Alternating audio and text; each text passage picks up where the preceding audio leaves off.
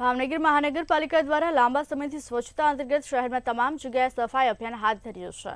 આજરોજ કમિશનર એની ઉપાધ્યાય અને deputy commissioner સહિત સોલિડ વેસ્ટ વિભાગના કાફલા સાથે એસટી બસ સ્ટેન્ડની આસપાસ ચોકે ડ્રાઈવ યોજી હતી, જેમાં ગંદકી ફેલાવનાર લોકો સામે 5000 રૂપિયાનો દંડ ફટકારી વધુ પગલાં લીધા હતા।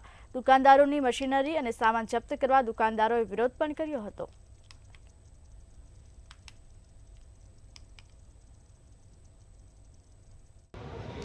દુકાનની અંદર જે સામાન હતો એ બધો સામાન દુકાનની અંદરથી બહાર કાઢીને ગેસના બાટલા, સોડાનું મશીન, ટેબલ, ખુરશી બધું લઈ ગયા છે।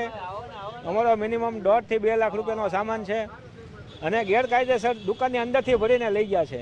અમને એનો વિરોધ છે। અમે સ્વચ્છતા સાહેબને પૂછવાથી સાહેબે સ્વચ્છતાનું કીધું તો સ્વચ્છતા માટે અમે 5000 દંડ ભર્યો છે। અમારે ચોખ્ખાઈ પાણી ઢોળેલું હતું, બહાર સગડી હતી તો અમે એનો દંડ ભર્યો છે 5000 રૂપિયા, છતાં અમારો દુકાનની અંદરથી બધો સામાન બહાર કાઢીને લઈ ગયા છે।